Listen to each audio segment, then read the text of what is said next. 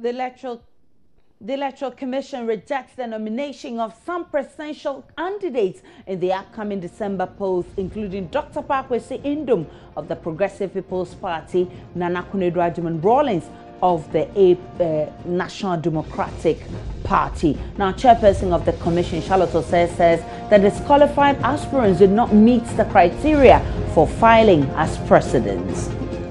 The sixth candidate, Dr. Pakwesi Indom of the Progressive People's Party. The commission is unable to accept Dr. Indom's nomination because, again, the number of subscribers to his forms did not meet the requirements of Regulation 7.2 of CI 94. Some candidates, including Hassan Ayariga of the All People's Congress, have also been cited for forgery of documents, and the EC chair says those issues have been reported to the police for investigations and prosecution. We will also call on the Ghana Police Service to investigate the named individuals for the electoral offense. But some disqualified candidates have hit hard at the Electoral Commission, saying the commission has erred in this decision, threatening to go to court over the matter. This trick will not work.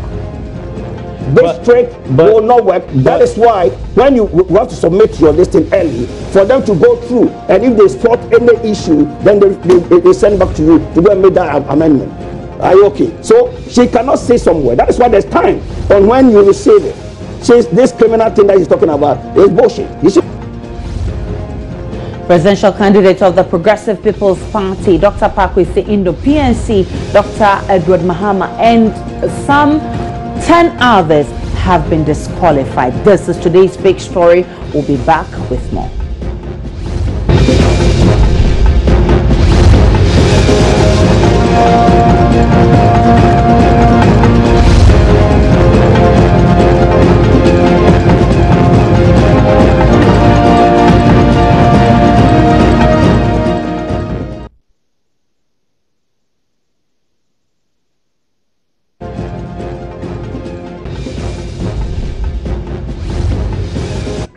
Presidential candidates of the PPP, Dr. Pakwesi Indom, PNC, Dr. Edward Mahama, NDP, Nana Akufo-Addo Rawlings, GCPP, Dr. Henry Latte, IPP, Kofi Akpalu, APC, Hassan Ayariga, RPD, Kwabena J, UFP, Ekwe-Adonko, and some 5 others were disqualified a while ago by the Electoral Commission for various reasons, including forgery of documents in the submission of their nominations. We can listen to the Electoral Commission chairperson, Charlotte Osei, giving reasons for the disqualification. Dr. Hassan Ayariga of the All People's Congress. The commission is unable to accept Dr. Ayariga's nomination for the following reasons. The candidate did not provide evidence on his declaration as to his hometown or his residence in the constituency for the period specified by law. Secondly, 2 of Dr. Ayariga's subscribers also subscribed for another presidential candidate.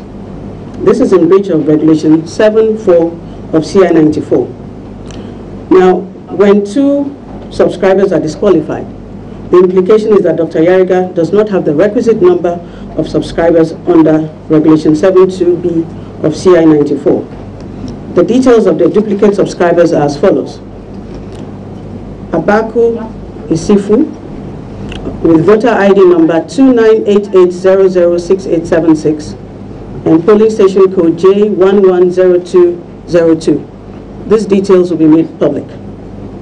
The second one is Abudu Ayuba on page 95 of Dr. Ayariga's forms with voter ID number 630305554 and polling station code H200201. In addition, when you examine Dr. Ayariga's forms, the signatures of both voters are different on his nomination forms as against the other candidates who was endorsed as well. This raises questions as to the legitimacy of those signatures, and the commission will be referring the matter of the possible forgeries of these signatures to the Ghana Police Service and the Attorney General for investigations and prosecution. We want to point out that making a false declaration on a statutory declaration is a criminal offense. Making a false declaration on forms for office or voting is a criminal offense, so is perjury, so is deceiving a public officer, and impersonation in respect of an election. The second candidate, Dr. Edward Nasigri Mahama of the PNC. The Commission is unable to accept Dr. Mahama's nomination for the following reasons. Many subscribers to Dr. Mahama's forms did not properly sign the forms. Thumbprints, signatures, or marks were omitted altogether. For instance, on pages 16, 24, 28, there were no signatures. 2 subscribers to Dr. Mahama's nominations also subscribed for another presidential candidate, Dr. Hassan Ayariga.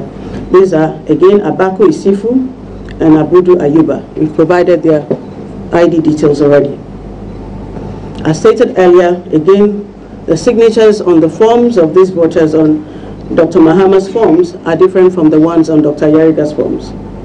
This again raises questions as to the legitimacy of those signatures, and we will be referring the matter of the possible forgeries of these signatures to the Ghana Police Service and the Attorney General for investigation and prosecution in line with the law. The third reason for rejecting Dr. Mahama's forms is that for a large majority of subscribers, the signature portion of their subscription was ticked rather than subscribed with a signature, a thumbprint, or a mark. It is important to point out that in law, a simple tick does not satisfy the requirements of the law where a mark is made in lieu of a signature or a thumbprint. A mark in law is an X made by a person who is illiterate or too weak to sign beside his or her full name. And according to the law dictionary, on the rare occasion that this occurs, the X should be within or next to a notation indicating the person's name or formally witnessed by another person to make the mark valid. We do not find the marks made on Dr. Mahama's forms valid.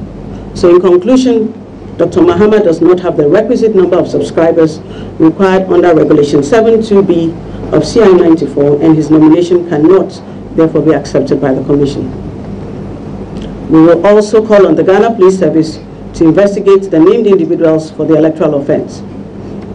The sixth candidate, Dr. Papa Kwesi Ndum of the Progressive People's Party. The Commission is unable to accept Dr. Ndum's nomination because, again, the number of subscribers to his forms did not meet the requirements of Regulation 7(2) of CI 94. The details are as follows. One subscriber, Mr. Richard Asida, with voter ID number 781-200-3957, endorsed Dr. Ndum's forms in the Central Region, and again endorsed the same forms with the same ID number in the Volta region on pages 21 and 39 of Dr. Ndum's forms. The subscriber was found to be legitimately on the register of the Volta region, disqualifying him from being able to subscribe in the Central region as well. This reduced the total number of Dr. Ndum's subscribers to below the minimum required by law. The same subscriber, Mr. Richard Asida, endorsed the form with different signatures in both portions of the nomination form. This again raises questions as to the legitimacy of one or both signatures. The Commission again will refer the matter of the possible forgery of the signature or signatures to the Ghana Police Service and the Attorney General for investigation and prosecution in line with the Criminal Offences Act. The seventh candidate, Dr. Henry Herbert Lartey of the Great Consolidated Popular Party. The Commission again is unable to accept Dr. Lartey's nomination because the number of subscribers to his forms do not meet the requirements of Regulation 7(2)(b) of CI 94. The list goes on, including that of Nana Akufo-Addo Rawlings, the presidential candidate of the National Democratic Party. Now, presidential candidate for the Independent People's Party, Kofi Akpaloo, says the EC has a hidden agenda for what it has done today. He has threatened to go to court over the matter. He spoke earlier to my colleague Evans Mensah on the polls. This trick will not work. This trick will not work. That is why when you have to submit your listing early, for them to go through, and if they spot any issue, then they send back to you to go and make that amendment. Are you okay? So she cannot say somewhere. That is why there's time on when you receive it. Since this criminal thing that he's talking about is bullshit. He shouldn't even try. And you sorry for my words. Yes. Sorry for my words. Yes. I'm sorry for the exactly. kind of I was just going to ask you to apologize. Yeah, I'm sorry. But so what do you intend to do now? Oh, I'm just sitting here. I just heard her talking about all this blah blah blah. We're going to court because this election, whatever it takes, we are going to put injunction on this election. MPP and NDC shouldn't think that this country belongs to them alone. No, but it's not only MPP and CPP went through. Right, CPP. And even an independent candidate went through. Even CPP that you're talking about. Yeah, from all indications, the man submitted his money after 12 o'clock. We have a case in this country. He didn't meet that requirement. But if you're talking about requirement, you cannot do pick and choose.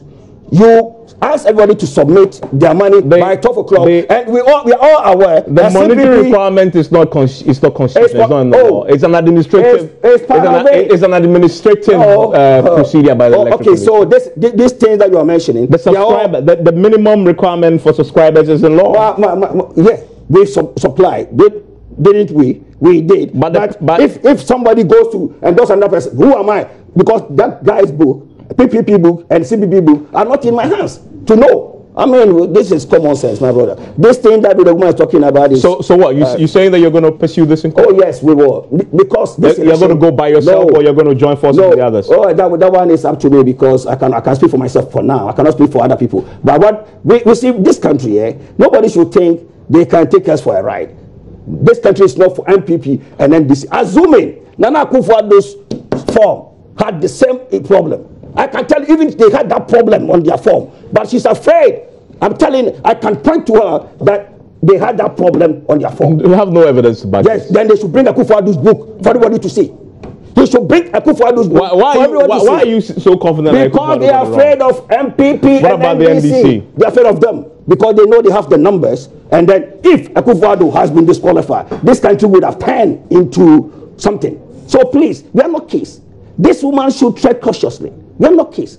If it has happened to Akufo-Addo, do think this country, but not this country, there's fire everywhere. Are you okay? You paid in excess of 200,000 cedis. Yeah. Just to get where you are today with the Electoral Commission. This case you're talking about is not going to be decided in a few weeks. It's going to travel for a long time. Oh yeah, so put election on the court on the elections. Do you expect your money back if you lose? Oh, but the money there, you cannot take my money.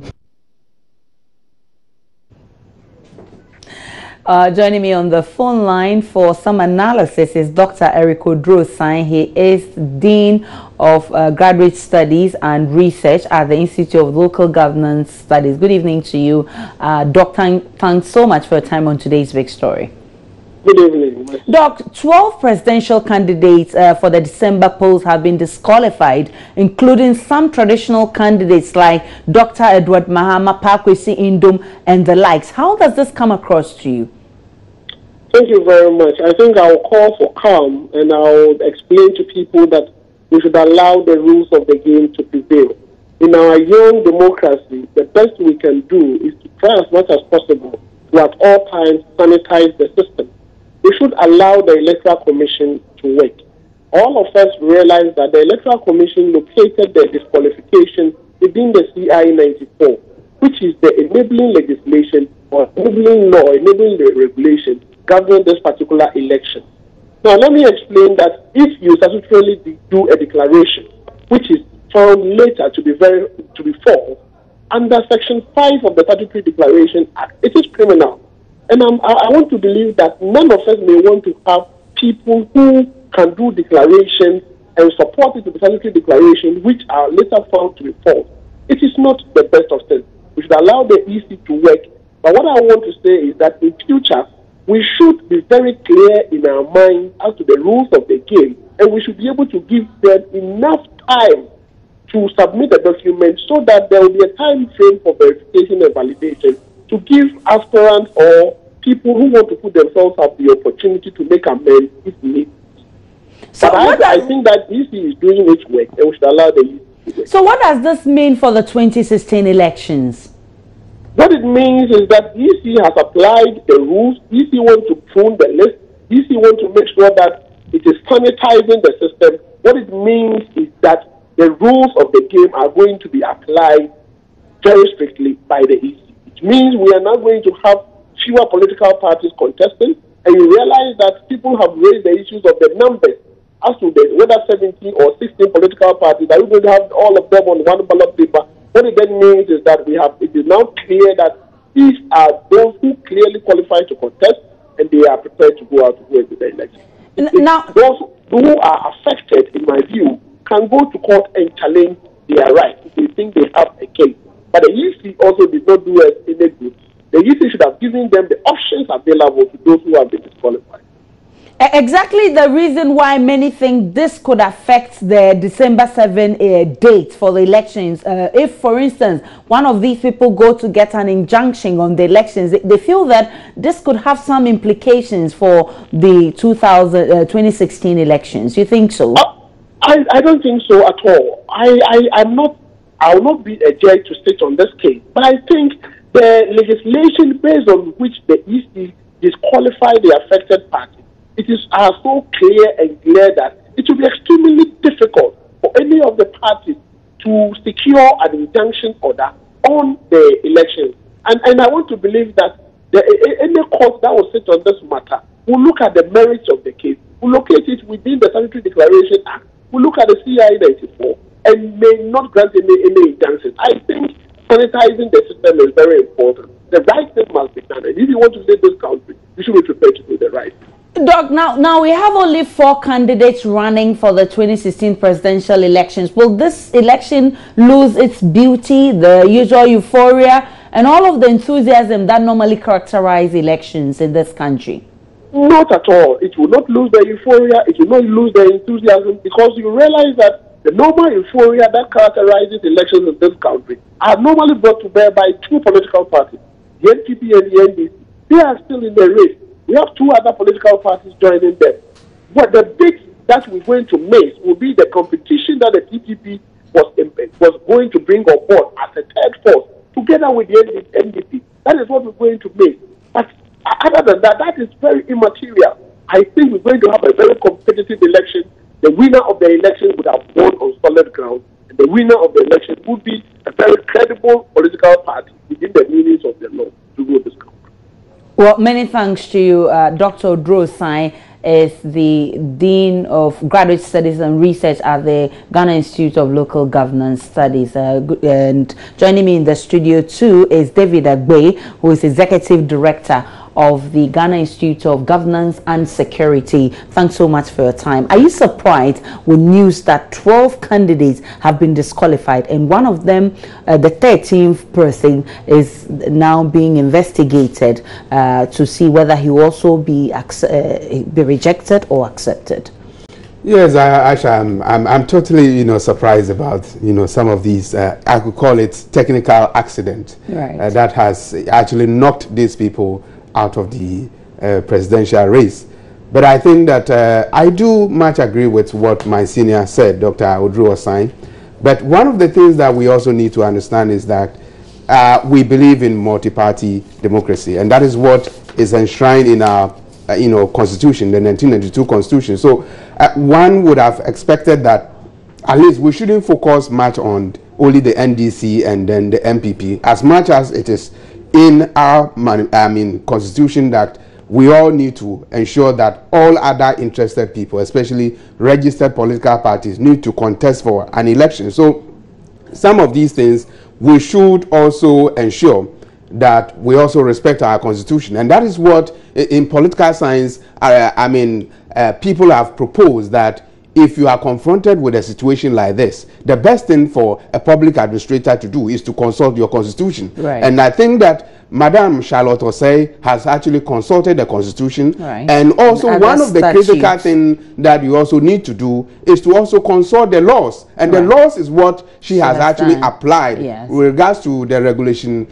74. Yeah. So she is actually applying the law as to how it has to be done. But then I think that should have also consulted the various political parties to be able to sit down with them and dialogue and be able to negotiate that you could have done the proper thing rather than just to kick them off the race. I believe lawyers, that is how lawyers technically they are.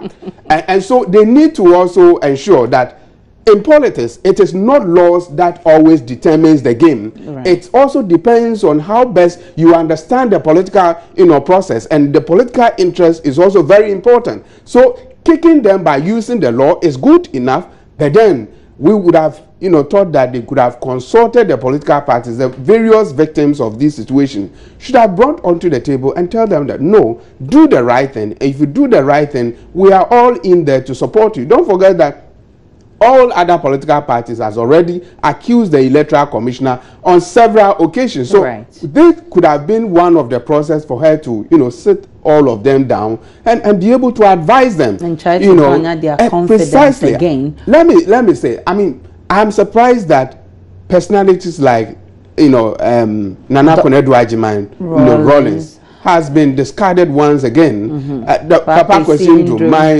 my man, I cherish him so much. He has also been, disconnected. And the legendary Dr. Edward Mahama. I mean, she has been part and parcel of this process as far back 1996 when she, returned from United States of America. She has been part and parcel of this democratic agenda. So one would have expected that some of these basic mistakes, which has necessitated Madame Charlotte said to kick them out, could have been more mitigated. And so I think that it is good that she is applying the law, but would have expected that she could have been able to dialogue and be able to negotiate with them for them to do the right thing. Now, look at Kofi Akpaloo. I mean, he's totally frustrated because the kind of money that these people, and it is not monetary value alone, and they are energy. And Kofi Akpaloo, for instance, says that the EC has erred in this. And for instance, if you look at some of the names you've mentioned who have maybe just some little mistakes that could have been pardoned, do you also feel that the EC has erred? I do not think so. That is why I was quoting that as a public administrator, you have your constitution, you have other regulations that guides your processes. You have all the fundamentals. So it is the law, it is the constitution that's supposed to regulate all the activities that you have to do. So I think that she is applying the law all right, but then I believe that it is not law. Laws does not determine, politics, and politics is a very complex thing altogether, and most of the times lawyers do get it wrong in political landscape. They always want to concentrate on the law, but politics is more complex than law. And so when you are applying the process, you need to be very smart enough to ensure that you are not going to bring confusions, and some of these things normally tend to bring more confusion than trying to solve a situation. Some of them have been cited for perjury, impersonation and all of that. Hassan Ayerga, for instance, has been cited for forging documents, perjury and all of that. How does all of these come across to you? You're a security person as well. I think that Hassan Ayerga and all other people that has actually been knocked because of these technical difficulties or challenges, they should have also known better. They should have known better. They should have a register. Political parties supposed to be a very serious organization, but unfortunately in our country, political parties are not all that serious. They tend to have that election machinery, but management of a political parties alone needs a certain level of skills and competence to be able to do that. And so some of these people, I think that they should have been able to glance through step by step, be able to put the dot where it's supposed to be, so that nobody disqualifies you based on some of these technical reasons. Look at Nana Konadu Agyeman Rawlings, 2012, she was disqualified because of these technical reasons. So one would have thought that this one, she will be able to sit down with her technical team, go through every line, cross it when it is due, and then make sure that everything is solid, so that when you go there, one of these time, I think you or one gentleman granted him an interview, and he was saying that this time around, she doesn't want to be disqualified based on this technical reason, and I'm surprised that she has actually been disqualified. So it is obvious that they didn't do the right thing, but we were expecting that the Electoral Commissioner, Madame Charlotte Osei, should have also been able to, negotiate with these people so that they could have done the right thing rather than just technical knockout. Right. Let me have a hold for a minute and speak with Ayuba Yusuf, who is Deputy Communications Director of the Electoral Commission. Good evening to you, Ayuba. How did we get to this point? Some top notch of elections have been kicked out of the race this time around. I think we lost him on the line now. Let me come back to you, David Agbe. Will this affect the upcoming elections in any way? We have just 4 candidates. It is all, I mean, it is going to really affect the election. I mean, 17 candidates now slashed to 4. Although it is good they want to sanitize the system by making sure that the people do the right thing. But then we shouldn't forget of the fact that we believe in multi-party system of democracy. And so if those people are genuinely qualified people, they should be allowed to contest. And I believe that I mean, we should be able to set the electoral commissions down, the officials down, and be able to meet all these presidential candidates for, I mean, a dialogue, for a certain level of understanding so that we could allow some of these people to contest. Look, Dr. Parkwesi Ndum, the last time I said he committed a political blunder by telling the whole public that after this election he's not going to contest anymore. And so now he's going to be demoralized altogether. And so let's appeal to the Electoral Commission, not the commissioner alone, the entire commission, that they need to, you know, come down to the level of the people and be able to negotiate. And this time I will call that all of us should sympathize with Dr. Nana Konadu Agyeman. We need some psychologists to be able to get close to her and be able to advise her. It is not easy. She wanted to achieve a certain I'm not sure she's the only person in this. No, for her alone. You know, she's a lady, don't forget. Right. She has been part and parcel of this country's development. Right. She wanted to make, I mean, achieve a certain success and looked at the way it has gone. Very bad. And so we will appeal that people should get close to Konadu Agyeman Rawlings to be able to cool her down. It is not easy at all. Wow. She will be going through some psychological, you know, situation now. So I think that let's try to tell the Electoral Commission to be able to, I mean, put situations down for them. I think apart from Nana Konadu, all the other persons need to be talked to so they can calm down, because it's not easy, like you said. This is today's big story. Thanks so much for passing through, David Agbe. And my name is Aisha Ibrahim. Good evening.